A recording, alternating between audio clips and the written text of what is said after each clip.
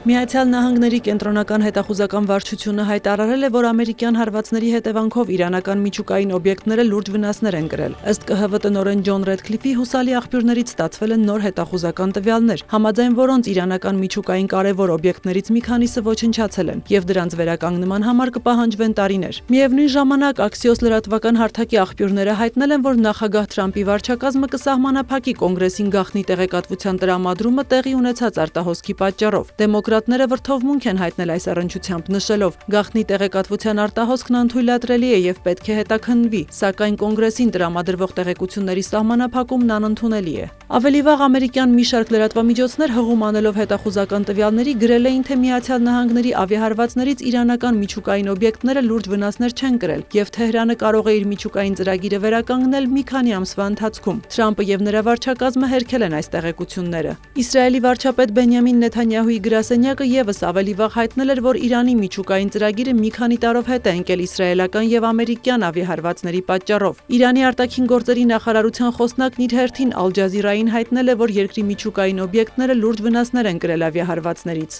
Միևնույն ժամանակ ԱՄՆ նախագահի հատուկ բանագնաց Սթիվ Վիտքոֆը հայտնել է, պատրաստ են քննարկել Իրանի խաղաղ միջուկային ծրագիրը, սակայն դեմ են ուրանի հարստացմանը։ Ավելի վաղ Թրամփը հայտնել էր Իրանի հետ հաջորդ շաբաթ նախատեսված բանակցությունների մասին։ ՄԱԿ-ի գլխավոր քարտուղարը ողջունել է այս հայտարարությունը, հույս հայտնելով, որ այդ բանակցությունները կհանգեցնեն Իսրայելի եւ Իրանի միջև հակամարտության ավարտին։ Անտոնիո Գուտերեշը նաեւ կարծիք է հայտնել, որ Իսրայել-Իրան հրադադարում առաջընթացը կհանգեցնի Գազայի հատվածում Իսրայելի եւ Համասի միջև հակամարտության ավարտին։ Ֆրանսիայի նախագահ Էմանուել Մակրոնը զրուցել է ատոմային էներգիայի միջազգային գործակալության ղեկավար Ռաֆայել Գրոսիի հետ, շեշտել ԱՄԳ-ն պետք է կարողանա անհապաղ վերսկսել իր գործունեությունն Իրանում։ Հիշեցնենք, հունիսի 25-ին Իրանի խորհրդարանն օրինագիծ էր ընդունել ԱՄԳ-ի հետ համագործակցությունը ժամանակավորապես դադարեցնելու վերաբերյալ։ Գործակալության աշխատակիցներին չի թույլատրվում մուտք գործել երկիր ստուգումներ անցկացնելու, քանի դեռ Իրանի միջուկային օբյեկտների անվտանգությունը եւ խաղաղ միջուկային գործունեությունը երաշխավորված չեն։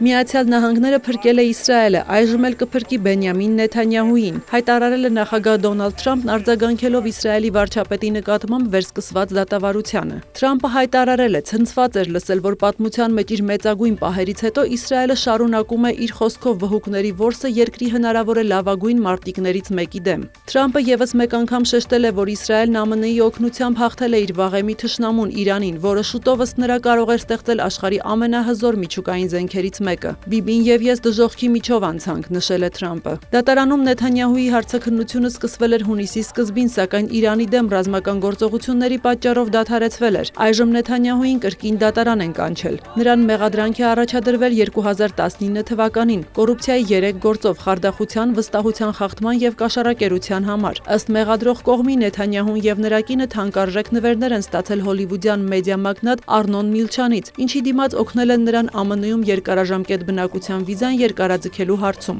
Բացի այդ, Նեթանյահուն մեղադրվում է բարենպաստ լուսաբանման դիմաց լրատվամիջոցների ղեկավարներին ծառայություններ մատուցելու մեջ։ Թրամփի համոզմամբ այս գործերը քաղաքական դրդապատճառներ ունեն եւ անարդար են։ Իսրայելական որոշ լրատվամիջոցներ Թրամփի գրառումը որակել են որպես աննախադեպ միջամտություն երկրի արդարադատության համակարգին։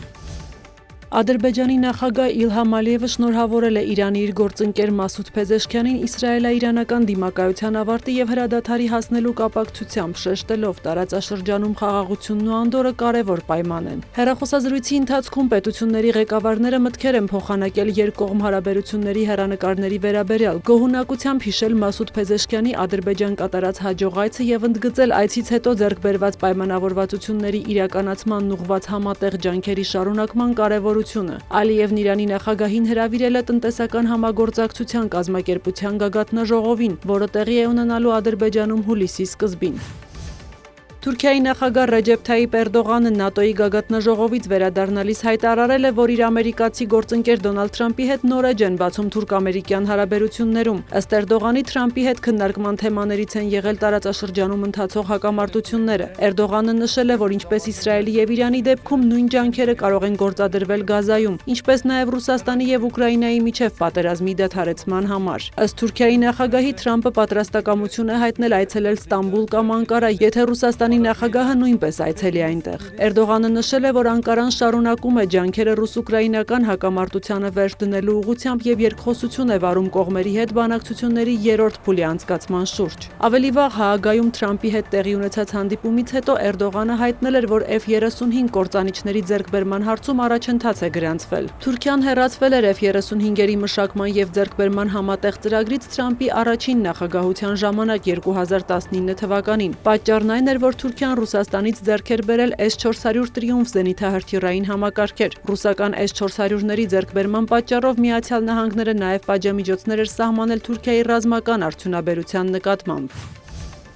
Ռուսաստանը եւ Ուկրաինան նոր փոխադարձ հարվածներ են հասցրել։ Ռուսաստանի պաշտպանության նախարարությունը հայտնել է երկրի օդային տարածքում, մասնավորապես Կուրսկում, Ռոստովում, Բրյանսկում, Բելգորոդում, Մոսկվայում եւ այլ մարզերում ուկրաինական 50 անօդաչու թռչող սարք խոցելու մասին։ Իսկ Ուկրաինայի զինված ուժերը հայտնել են ռուսական 40-ից ավելի անօդաչուների հարձակման մասին։ Դրանց միայն մի մասն է հաջողվել խոցել։ Խերսոնի մարզի մի քանի բնակավայրերում ռուսական հարվածներից առնվազն 3 մարդ է զոհվել։ Դնեպրի իշխանություններն էլ հայտնել են, որ հունիսի 24-ին քաղաքի վրա ռուսական հարվածների զոհերի թիվը հասել է 20-ի, վիրավորների թիվը գերազանցել է 300-ը։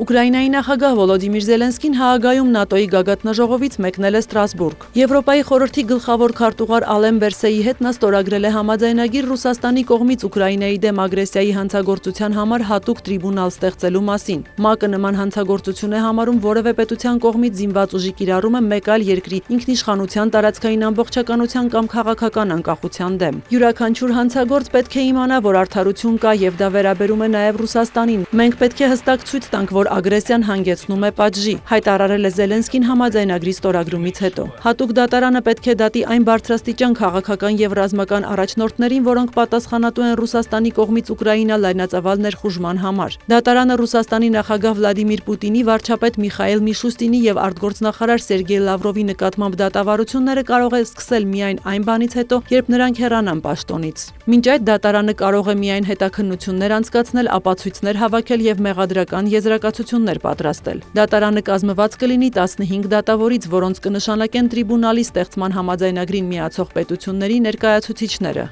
Սյուզաննա Չրաղյան, լուրեր։